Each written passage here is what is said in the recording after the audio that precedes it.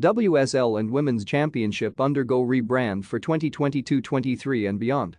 The FA have announced that the WSL and Women's Championship will undergo a rebrand, with the league's names and logos changing ahead of the 2022-23 season.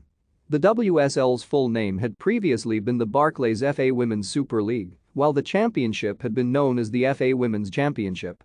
In addition to renewing their sponsorship of the WSL, Barclays have now become the new title partner for the championship, while the FA has also been dropped from the title of both leagues.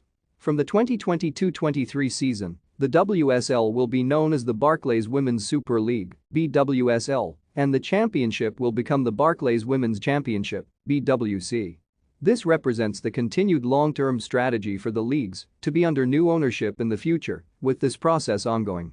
The logos of both divisions have also been altered to reflect this change. We've seen tremendous strides made in the women's professional game since it turned professional 4 years ago, which meant we needed a refreshed branding that reflected that progress, said Kelly Simmons, the FA's director of the women's professional game.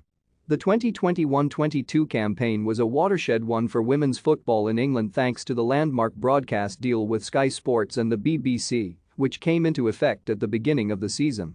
It marked the first time that the WSL TV rights had been sold separately from the men's game, with clubs seeing a proportion of the revenue.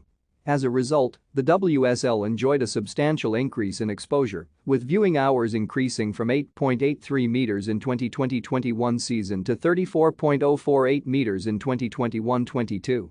On the rebranding, the FA said, the refreshed look and identity has been created to reflect this increased interest in the women's professional game, with the new brand aiming to present a more polished and premium look that stands out amongst the competition and better aligns the two leagues.